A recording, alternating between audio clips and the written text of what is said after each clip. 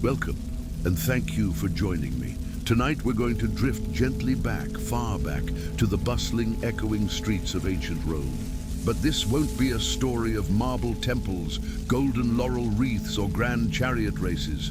No, tonight's journey will take us through quieter alleys and overlooked corners, through worn sandals on cracked cobblestones, through the rhythm of daily life that unfolded not in palaces, but in dark stairwells and cramped, creaking rooms above taverns and shops. We'll begin in the Roman tenements, those towering timber-framed insulae where thousands of everyday Romans lived, cooked, and quietly endured. Then we'll turn to a figure whose life feels almost surreal in its contrast. The teenage Emperor Elagabalus, whose brief and chaotic reign reminds us that even great power cannot escape history's slow judgment. Later we'll explore a different kind of hidden world entirely, the secretive underground temples of the Mithraic cult. Strange symbols, star-shaped chambers, rituals that remain partly unknown even now, mystery nestled within marble. And finally, we'll walk through the hushed halls of a Roman senator's villa, the wealthy elite of Rome, how they lived, dined, and wielded influence with quiet opulence. Each segment a small window into a different life. Each life a thread in the tapestry of Rome. Now, if you're ready, take a breath, settle in, and imagine yourself in the shadows of the eternal city. Imagine yourself in Rome, not the sun-drenched forums of postcards, but a narrow back street in the Subura district. The noise comes first. From dawn, the street below echoes with iron on stone. Blacksmiths hammering, vendors shouting, wagons rolling, dogs barking, and above it all, from a window not far from your own, someone arguing in coarse Latin. Perhaps a domestic dispute, perhaps just a loud conversation. Your home is several floors above the street, in an insula, a tenement building made of brick and wood, rising 4, sometimes 5 or 6 stories high. There are no elevators, of course. You climb steep, worn stone stairs to reach your room. The higher up you live, the cheaper the rent, and the more dangerous your situation. Fires are frequent. There's no fire escape, no running water. The wooden floors creak beneath your feet. Your ceiling, if it's intact, bows slightly. You live in a single room shared with your family, or perhaps you're alone. Either way, the space is tight. There's barely room for your straw mattress, a stool, and a small table. There is no kitchen. Cooking inside is discouraged, even illegal in some buildings. Too many fires. Instead, you might prepare food outside on a brazier, or purchase hot lentil stew or flatbread from a nearby thermopolium, a kind of Roman fast food stand. And the latrines, you won't find one in your building. You use a communal one on the street, or perhaps a chamber pot emptied into the gutter below, a practice as common as it is unclean. The smell lingers, mixed with the sour aroma of wine, sweat, rotting vegetables, and the tannery next door. Sleep does not come easily. Even at night, the city murmurs. Drunken voices, footsteps on stone, distant flute music, mice scrabbling. The sound of someone coughing next door, deep and ragged. Illness spreads quickly here. You awake with the sun or with the noise. You dress simply in a tunic that's seen better days. You might carry water from a public fountain. You might head to the forum to find day labor, construction, porter work, cleaning. Or perhaps you are a seamstress, a cobbler, a teacher, or a scribe. You work until your arms ache or the sun sets, whichever comes later. You eat what you can afford. Bread, olives, onions, maybe a bit of dried fish. Rarely meat. You're used to hunger. If you're lucky, your building doesn't collapse. It happens, you know. Too many floors, too little maintenance, too many lives stacked one atop the other. The rubble swallows people in their sleep. And still, this is home. This is not the life of a senator or a general, but it is a Roman life, one lived by thousands, maybe millions, over the course of centuries. The rhythm of it is steady, gritty, uncomfortable, but very real. Now, let us leave the tenement behind and turn our attention toward a very different Roman life. One touched by power, opulence, and ultimately, tragedy. When you're ready, we'll explore the strange and sorrowful tale of Emperor Elagabalus. Let us now leave behind the worn sandals and dim stairwells of the Roman poor and turn slowly toward marble palaces, perfumed halls, and purple robes. But even here, in the gleaming heart of imperial power, life could be strange and short. Imagine yourself in the year 218 CE. The Roman Empire is vast, stretching from the cold forests of Britain to the golden deserts of Arabia. But at its center, it is uncertain. The Emperor Caracalla has been assassinated. And in the far eastern reaches of the empire, in Syria, a new name begins to echo, young, untested, and wrapped in mystery, Elagabalus. He was only 14 years old. His real name was Varius Avitus Bassianus, but history knows him by his priestly title, Elagabalus, taken from the sun god he worshipped, a god from Emesa, a city in Roman Syria. You might imagine a boy, draped in silks, lifted onto a throne by his mother's ambitions. For indeed, it was his mother and grandmother who wove the political threads that placed him on the imperial seat. They claimed he was the illegitimate son of the late Emperor Caracalla. Whether that was true or merely a convenient fiction is something only they would know. And so the teenage priest of a foreign deity became the Emperor of Rome. At first, the people were simply curious, but soon confusion turned to discomfort. You see, Elagabalus did not behave like a typical Roman emperor. He was deeply devoted to the worship of his Eastern god and brought with him a great black stone, believed to be a meteorite, and declared it sacred. He built a lavish temple for it on the Palatine Hill. He insisted that this god, his god, be worshipped above all others in Rome, even above Jupiter. This offended many. The Roman elite, steeped in centuries of tradition, were disturbed not only by this religious shift, but by the emperor's behavior, which they saw as erratic, theatrical, and incomprehensible. He wore extravagant clothing, gold-threaded robes, jewels, sometimes makeup. He participated in rituals unfamiliar to the Roman people and often withdrew from traditional public ceremonies altogether. And while historians of the time, writing decades later, were not always fair or accurate, their accounts paint a picture of a young emperor utterly out of sync with his world. They say he held lavish banquets lasting days, that he surrounded himself with dancers, actors, and priests from Syria, that he installed statues of gods in his temple, only to marry them in elaborate rituals. Most of all, they say he alienated the Roman Senate, the Praetorian Guard, and the traditional religious authorities. Whether these stories are true, exaggerated, or twisted by later prejudice is difficult to know, but the result was isolation. Elagabalus was emperor for only 4 years, and then, quietly and without fanfare, he was gone. The very guards who were meant to protect him turned on him. In 222 CE, the Praetorian Guard, those shadowy figures who held the power to make or unmake emperors, murdered the young ruler. He was just 18. His mother was killed as well.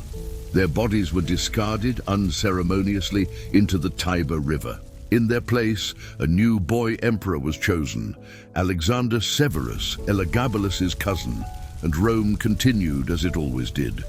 You might expect history to have forgotten Elagabalus, but instead, he lingered. For centuries, he became a symbol, first of decadence, then of otherness, then of what happens when tradition is broken. Some saw him as a monster. Others, more recently, have reconsidered his story. Perhaps he was misunderstood. Perhaps he was not mad, but merely different. A boy raised in a distant land, thrust into impossible power, and destroyed for not conforming to the image Rome demanded. And perhaps, in some quiet chamber of history, there is still space for compassion, for a lonely crowned child who never truly belonged. Let us leave him now, and descend once again into the underground. Not into poverty this time, but into ritual, mystery, and secrecy. When you're ready, we'll explore the shadowed world of the Mithraic temples. Now let us turn from the wide avenues of imperial Rome and descend, not into poverty, but into secrecy. Beneath the bustling streets of the eternal city, beneath the clamor of markets, the calls of merchants, and the footsteps of soldiers, there were hidden chambers, quiet, torchlit spaces carved from the earth and stone. These were the temples of Mithras. Imagine yourself stepping down into one now. The air cool and heavy, the flicker of flame casting long shadows across carved reliefs and painted walls. The ceiling low, the chamber narrow, almost like a cave. This was no accident. The cult of Mithras, one of the many mystery religions that flowed into Rome from distant lands, deliberately cloaked itself in secrecy. Its temples, or Mithraea, were designed to resemble the cave where Mithras, their central figure, was believed to have slain the cosmic bull. This moment, this bull slaying, was the symbolic heart of their belief system. Mithras himself was a curious figure, born, some say, from a rock, dressed in a Persian-style cap and cloak, always depicted in the same pose, one knee upon the bull's back, his dagger poised, the bull's tail transformed into ears of wheat, a sign of rebirth and abundance. No written scriptures survive, no sacred texts explain their creed. What we know comes from the ruins, the art, and the hushed writings of outsiders. The Mithric rites were not open to all. Only men were admitted, and primarily soldiers, merchants, and civil servants. Those who joined the cult progressed through 7 levels of initiation, each with symbolic trials. Raven, Nymphus, Soldier, Lion, Persian, Sunrunner, and finally, Father. The ceremonies, though never described in full, seem to have included shared meals, ritual bathing, oaths, and symbolic acts that represented the soul's journey toward enlightenment.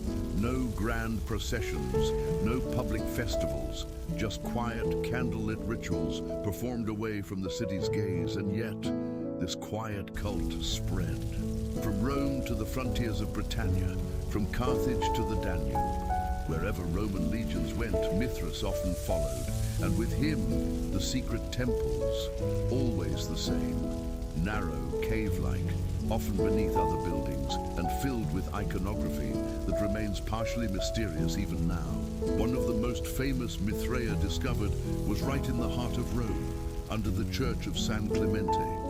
There, archaeologists found a nearly intact sanctuary, stone benches along the sides, an altar at the far end, and images of Mithras slaying the bull carved in vivid relief.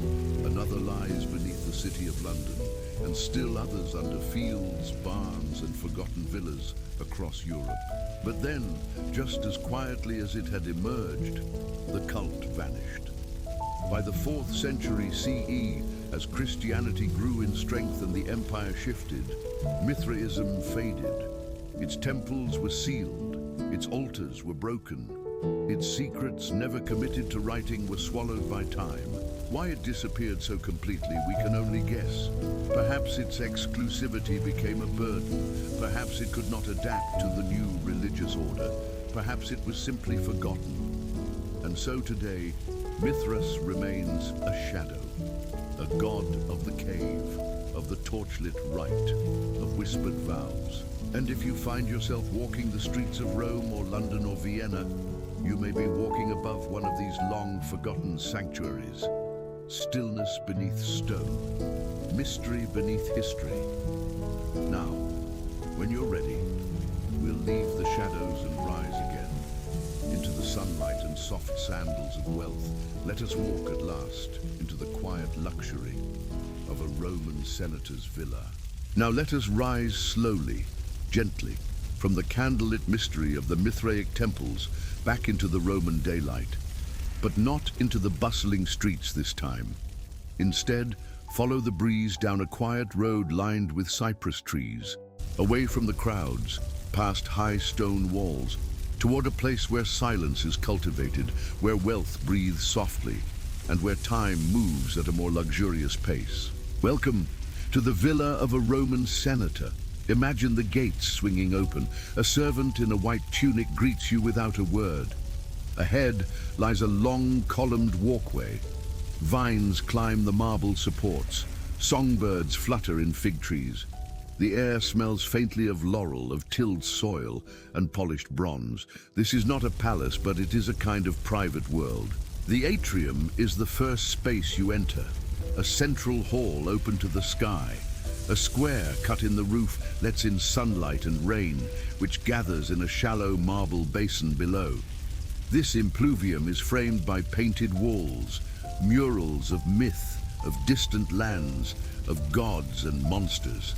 The floors are tiled with detailed mosaics, cool underfoot. Everything here speaks of quiet power. The senator rises early, as tradition dictates. He is already dressed when the household stirs, wearing a carefully arranged toga with its broad purple stripe that marks his rank.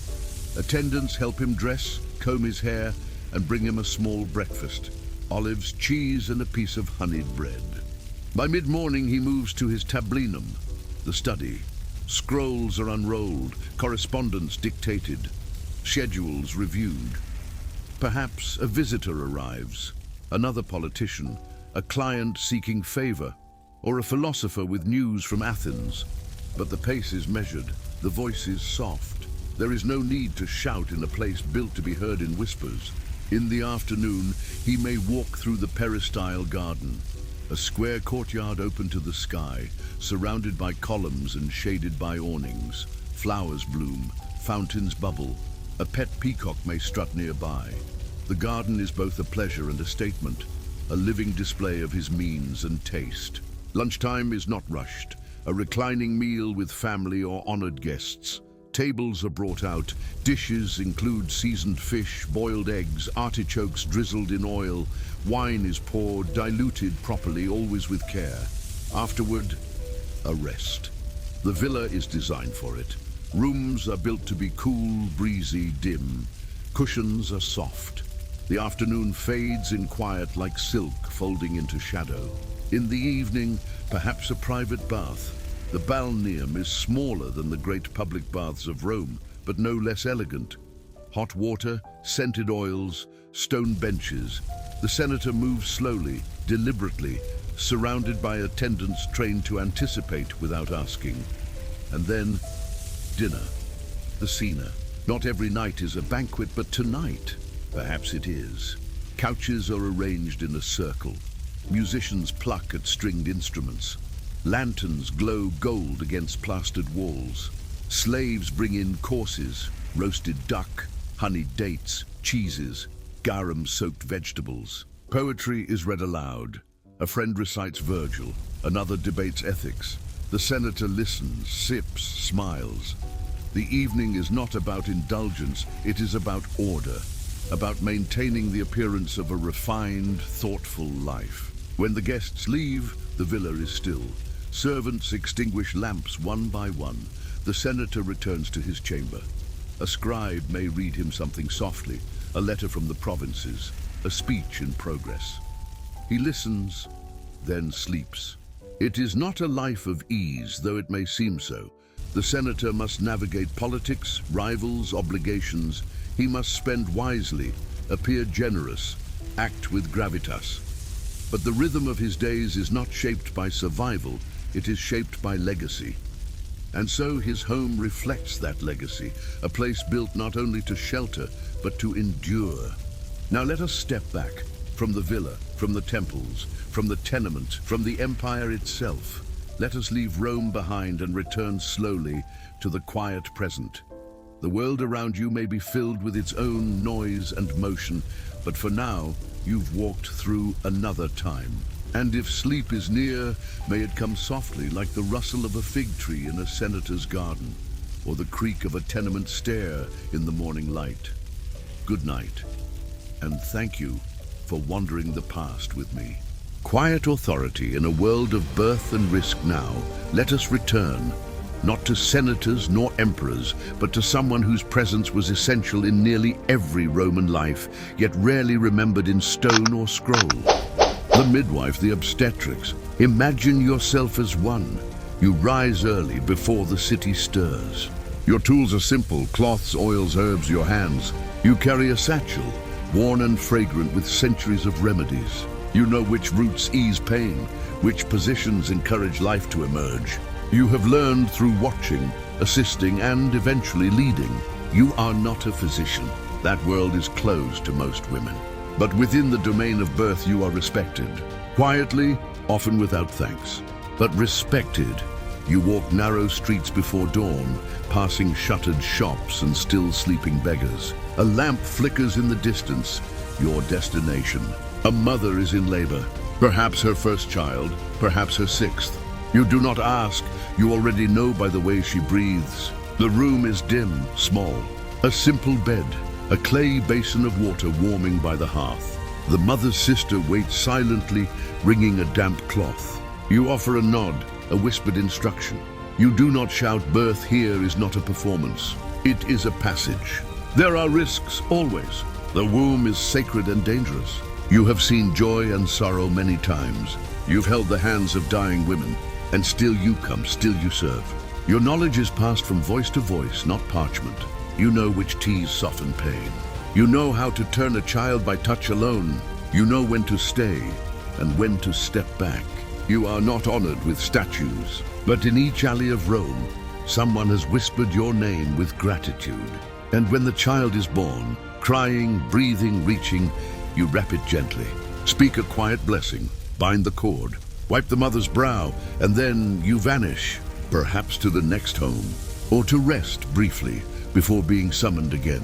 Your life is lived in service to the beginning of others. The city waits, its rhythms continue. Next we'll find ourselves at the edge of Rome's religious life once more, but this time not in shadow. This time in sound and color and sacrifice.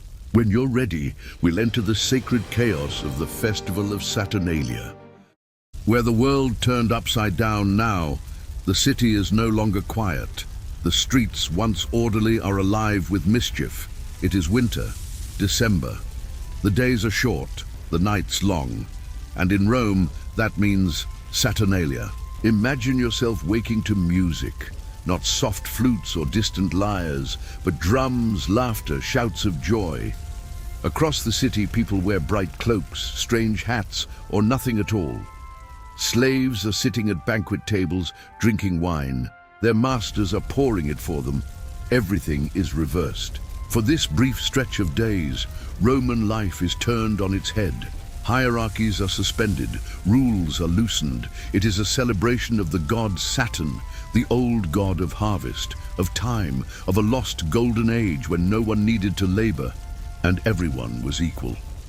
That world is gone, but for 1 week, Rome tries to remember it. You walk through the city and see garlands strung across doorways, candles flickering even in the daylight, small clay figurines, sigillaria, sold in stalls as gifts. Gambling is allowed, openly and joyfully. Children throw dice. Adults bet on trivialities. Laughter rings out in the forum. Even in the wealthiest homes, customs are suspended. The dominus, the master of the house, may serve food to his slaves, who are permitted to speak freely, sometimes even mockingly, without fear of punishment. You might join a feast. The food is rich, spiced, and heavy with oil and honey. The wine flows freely, and toasts are loud, cheerful, and often improvised. A Saturnalia princeps is chosen, the king of misrule, who gives absurd orders to guests. Sing loudly, dance badly, drink more. The goal is not decorum, but delight. For a society as rigid as Rome's, Saturnalia is a release.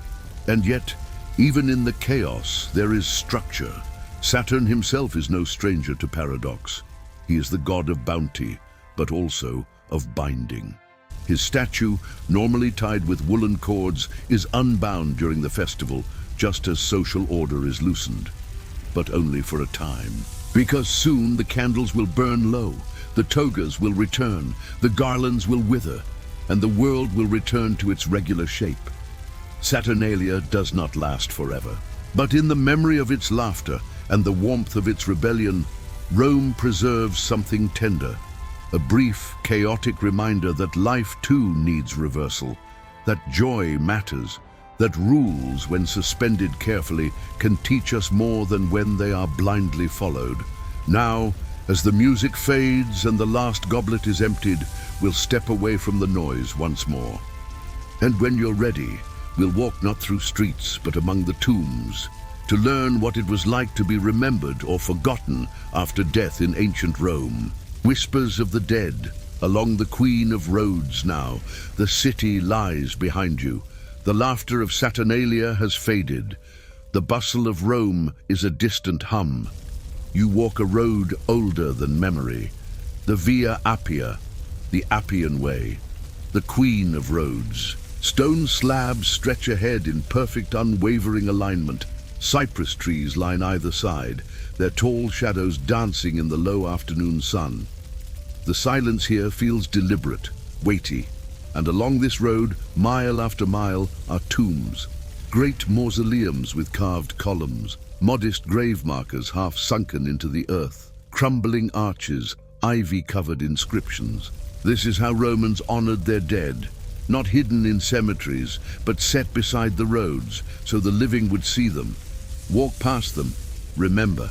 Imagine yourself stopping beside one.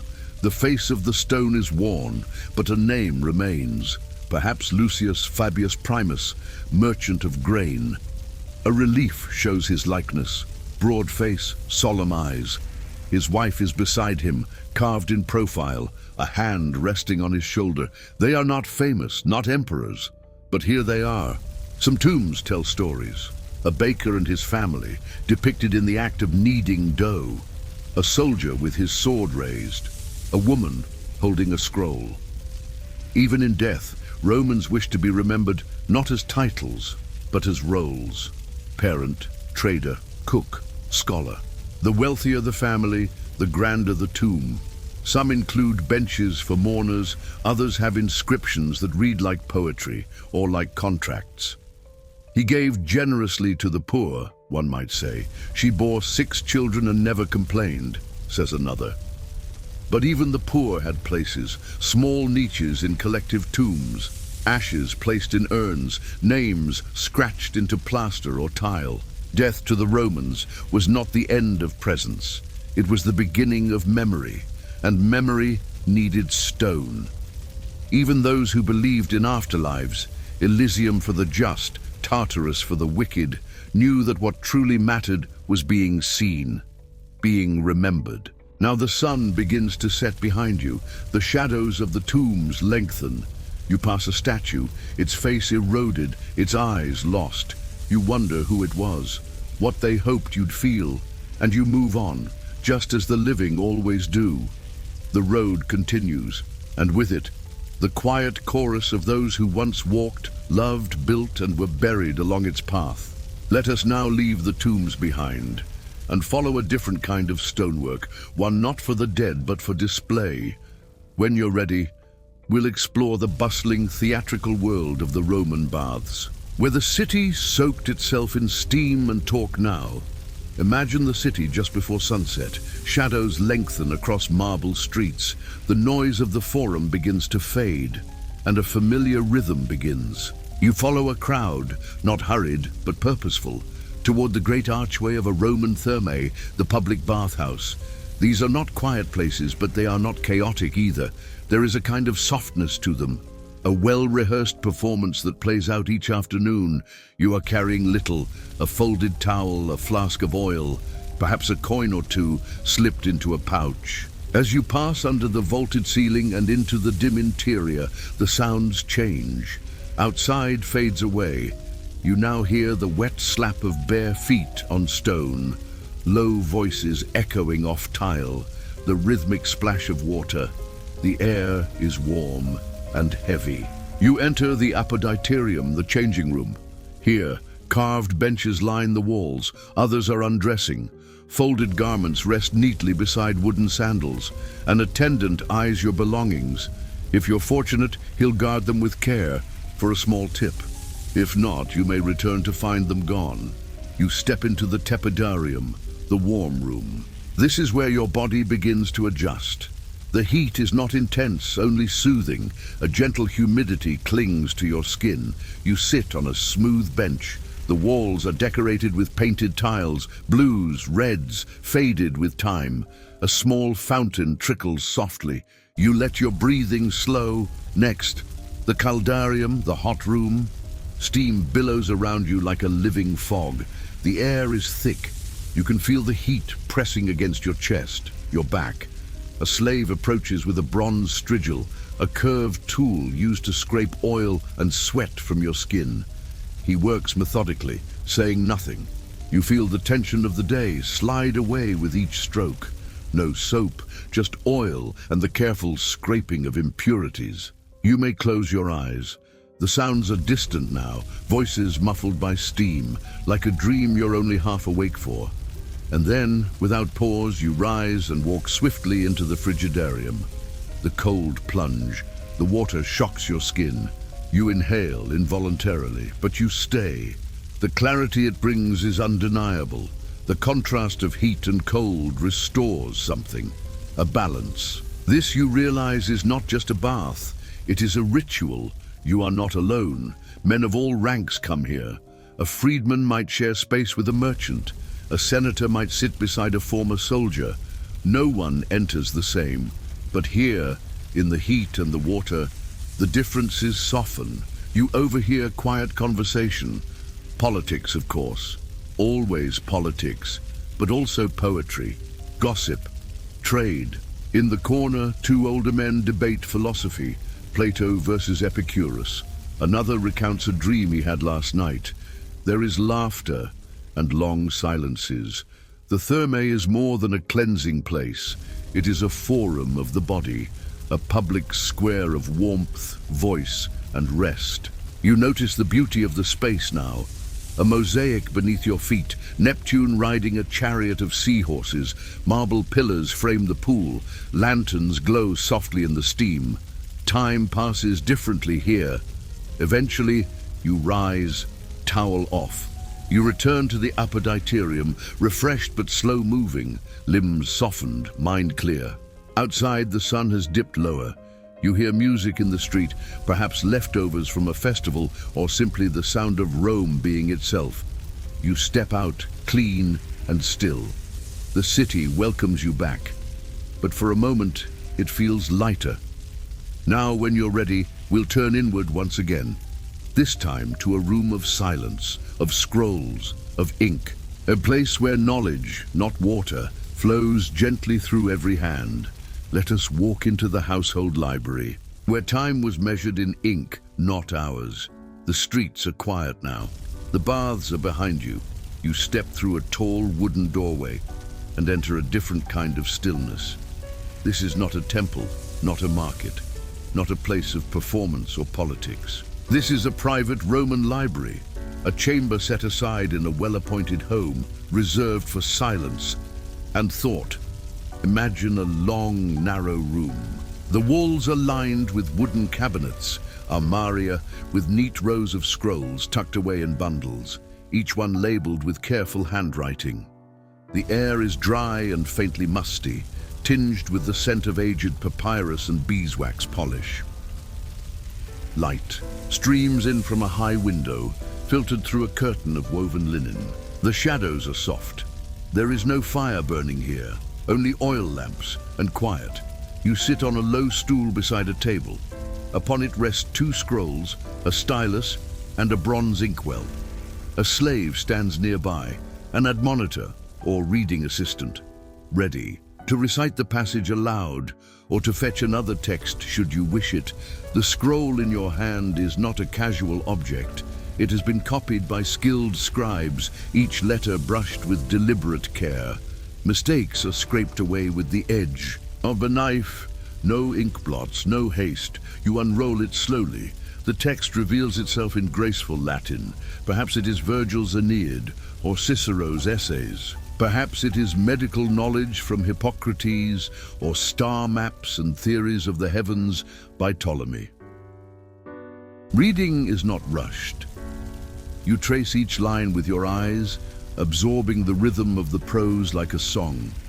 There is no punctuation, no paragraph, breaks. It is an art to find the meaning in the flow. For a Roman of means, the private library is a symbol, not just of wealth, but of virtue. To own scrolls is to cultivate the self. To spend time among them is to elevate the soul. But not all who enter here are elites. A learned freedman might serve as librarian. A Greek tutor may guide the household's children in philosophy and rhetoric. Knowledge moves in quiet circles, passed hand to hand like a gentle flame. The furniture is simple. A low couch in one corner, a lectern for longer readings.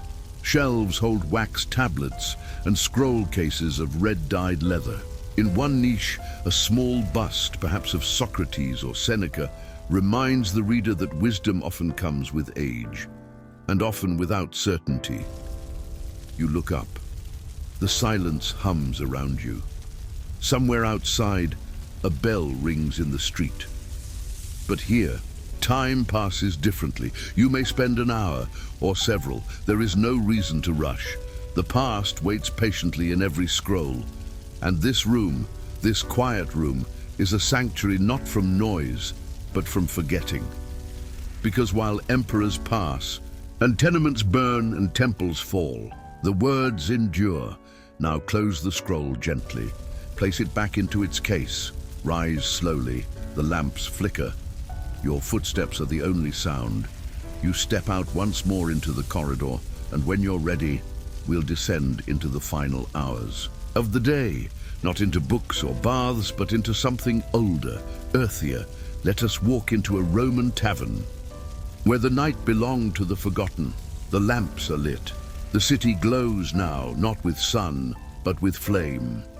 From high windows and open courtyards, you hear the soft hiss of oil lamps, the distant clang of shutters being closed for the night. But not every doorway is closing. Down a narrow alley, past a collapsed stall and a crooked archway, you hear something else.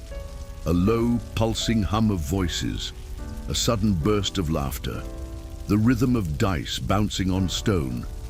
You follow the sound. The sign above the door is crude, painted wood, hanging crookedly from a rusted hook. But this is a popina, a Roman tavern. It doesn't need a name. Everyone nearby knows what it is. You step inside. The room is dim, thick with the haze of oil smoke.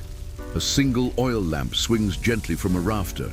The walls are stained with soot, the corners dark and cluttered.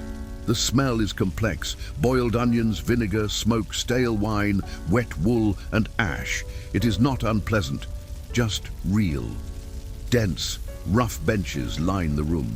The tables are nicked and stained from years of spilled wine and scratched game boards. Hay has been thrown down across the stone floor to soak up spills. It crunches under your feet. Behind the stone counter, the tavern keeper stirs a large clay, a jar embedded in the surface. These sunken dolia hold wine, stew, perhaps chickpeas or lentils in garlic oil. He nods as you enter. No smile, but no suspicion either. You're another face, another customer. You sit, your cup is chipped, your stool wobbles, no one notices. To your right, a pair of men play tabula, their fingers tapping the wooden board between sips of wine. A third man leans in to watch, whispering, suggestions, or perhaps bets. Their cloaks are worn thin, patched at the elbows, laborers maybe, or off-duty soldiers. Behind you, someone is telling a story, something about a dog that followed a magistrate all the way from Hispania. The details. Drift, the punchline is lost in laughter. Someone slams a cup down too hard. It cracks. No one stops. This is not the elegant world of marble villas or scented gardens. This is the other Rome, the Rome of the tired, of the slightly drunk, of the unguarded. Here, nobody cares about your lineage. No one asks who your father was or whether you've been to Athens. You are not your toga, you are not your reputation. You are your appetite, your coin, your voice. A woman walks past your table with a jug on her hip. She glances at you, not invitingly, not coldly, just briefly, like a wind brushing past. She speaks with the tavern keeper in a dialect you don't quite catch. They both laugh. Someone sings in the corner. It starts quietly, just a hum. Then it grows. A low, slow tune. A sea shanty, perhaps. Something about a ship and a storm. No one knows all the words, that doesn't matter. The wine is warm, probably watered down, but it's spiced with herbs. Bitter fennel, perhaps, or resin. It hits the back of your throat like memory. You drink, slowly. You listen. You fade into the room. Even in this half light, you begin to notice details. A scratch on the wall shaped like a laurel. A dice roll carved into the wood. A name etched below it. Felix. Someone long ago wanted to be remembered, and outside, the night continues. A cat walks along the edge of the counter, unnoticed. It stops to sniff a scrap of bread before slipping beneath the bench. Rain begins to fall, light at first, then steady. It taps against the wooden shutters. But inside the tavern it doesn't matter. The room is thick with life, with breath, with voices that don't carry far, but somehow feel eternal. This is not where laws are written or battles won. But this is Rome, too. A Rome of worn sandals and cracked mugs, of old stories half told. A Rome that doesn't shine, but glows. Eventually, you rise. Your knees are a little stiff. Your head a little heavy. You nod to the keeper, leave a coin, and step out into the street. The rain is soft. The cobblestones shine like glass. It's late now. Most of the city has gone to sleep, and you are almost there too. But before you reach your room, there is one more moment in the Roman day, one final gesture. A ritual not for emperors or gods of thunder, but for home. When you're ready, we'll enter the quiet light of the household shrine. Where even the smallest homes held the sacred, you've returned. The streets are empty now. Rome is quiet, more quiet than it ever seems in daylight. Your steps echo faintly on the stone as you push open the door to your insula. It creaks as it always does. Inside, the air is cool and still. The walls absorb the silence. You don't light the lamp immediately. You let your eyes adjust. The outlines of your humble room appear. Your sleeping mat, a folded tunic, the faint shimmer of a clay vessel in the corner. And just there, beside the hearth, or tucked in a small niche near the door, is the lararium, the household shrine. Imagine it now. It may be a simple shelf or a recess carved into the wall, framed in fading red paint. Inside it, two small statues, your lares, the protective spirits of the home. Often they are shown in dancing poses, holding a drinking horn or a libation bowl. Beside them, perhaps a tiny offering dish, a wreath of dried herbs, a flickering oil lamp that casts golden light up their faces, softening the outlines of their terracotta forms. This is where devotion lives, not in temples of marble, not in the thunder of imperial ceremonies, but here, in the smallest space. The lares protect the boundaries of the home. They watch the door, the hearth, the generations who pass through. They are not feared, they are not bribed, they are thanked. Each morning, many Romans offer them a small prayer, a pinch of salt, a crust of bread, a whispered hope for safety, for health, for peace. Not dramatic things, simply the things needed to live well and to live quietly. You kneel, light the lamp, perhaps murmur the same words your parents once spoke, or simply look at the flames. That is enough. The shrine holds more than gods, it holds memory. Some Romans placed a wax figurine of a deceased parent beside the lares, a way of keeping family near. Others added symbols of their trade. A fisherman might place a small net, a baker a carved loaf. Even in the poorest households, something sacred remained. Even if the figures were made of painted clay, even if the shelf was no more than a plank, there was reverence. This is where the day begins, and where it ends. You may not know the names of all the gods, you may not attend every public ritual, but here, in the warm, quiet flicker of the lararium, you are not forgotten, and you do not forget. Outside, the wind moves gently past the window. A neighbor coughs in their sleep. Somewhere far away, a dog barks once, then silence, the lamp flickers lower. The lairs watch, not demanding, not judging, only present, and now you lie down. The mat is thin but familiar. You draw the blanket over your shoulders. You exhale slowly. The room holds stillness. The shrine holds memory. And Rome, vast as it is, pauses, if only for the night.